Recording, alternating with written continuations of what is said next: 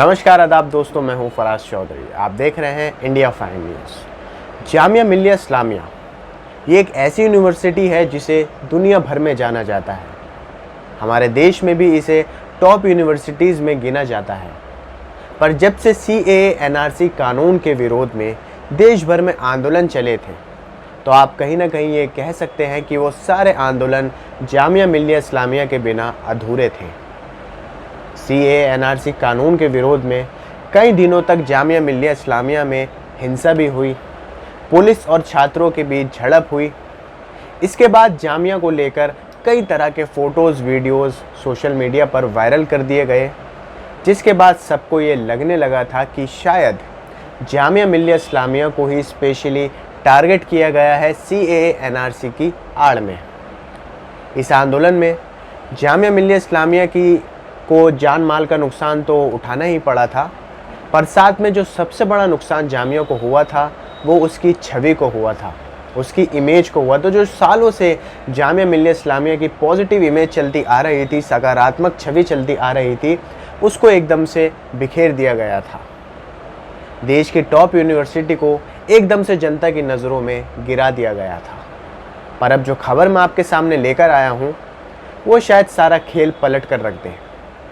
केंद्र सरकार के अंतर्गत आने वाली शिक्षा मंत्रालय ने देश की सारी सेंट्रल यूनिवर्सिटीज़ की लिस्ट जारी की है, उनकी रैंकिंग्स जारी की हैं, और उसमें जामिया मिल्लिया इस्लामिया ने टॉप करा है।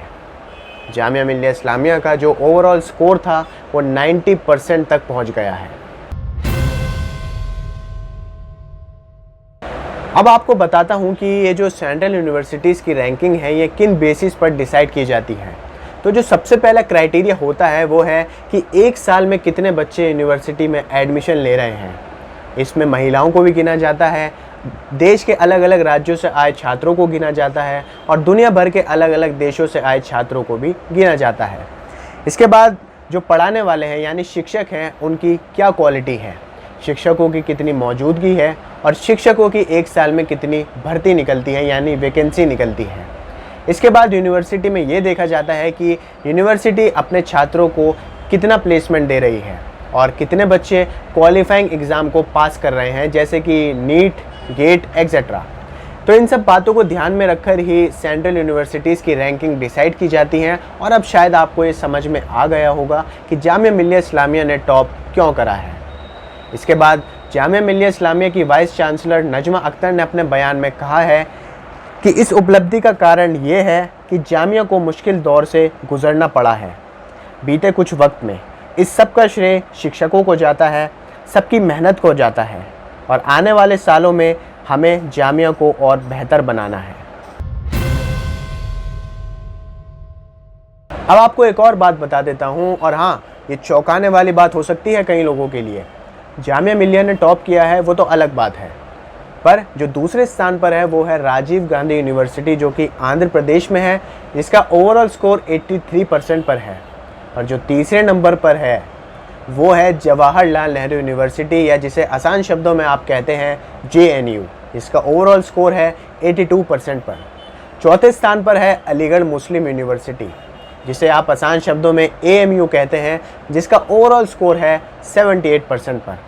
तो आप इस बात पर गौर कीजिए कि देश की टॉप 5 यूनिवर्सिटीज़ में ऐसी 3 यूनिवर्सिटीज़ का नाम है जिसे आज लोग एंटी नेशनल यूनिवर्सिटीज़ कहते हैं। ऐसी यूनिवर्सिटी कहते हैं जिसमें देशद्रोही पढ़ते हैं, ऐसी यूनिवर्सिटी कहते हैं जिसमें ऐसे लोग पढ़ते हैं जिन्हें पाकिस्तान चले जाना चाहिए।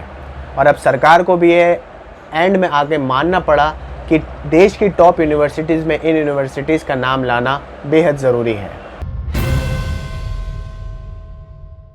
तो चाहे जामिया मिल्लिया इस्लामिया हो, JNU हो, या अलीगढ़ मुस्लिम यूनिवर्सिटी हो, इन तीनों यूनिवर्सिटी को लेकर लोगों ने अपनी अलग अलग तरीके की बातें पेश करी थी।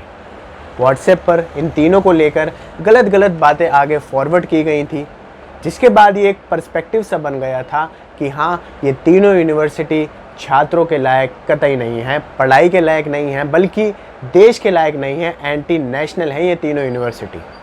पर यह खबर, ये रैंकिंग, ये उन चीज़ों पर ज़ोरदार तमाचा है कि आज भी एडमिशन के मामले में छात्रों की पहली पसंद जामिया है, JNU है या AMU है। यहाँ जो छात्र एडमिशन लेना चाहते हैं उन्हें कुछ तो दिखाई देता ही होगा। मैं आपको छोटी सी बात बताता हूँ कि जामिया मिल्लिया इस्लामिया में एक साल में सिर्फ बीटेक के कोर्स में 30,000 से 35,000 छात्र अपना एडमिशन फॉर्म भरते हैं। 30,000 से 35,000 सिर्फ एक कोर्स में, ये एक बहुत बड़ी संख्या है।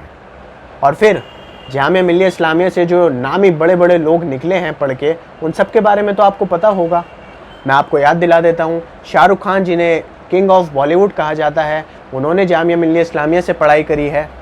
इसके बाद भारतीय क्रिकेटर वीरेंद्र सहवाग ने अपने बीए कोर्स में ग्रेजुएशन जामिया मिल्लिया इस्लामिया से करी है।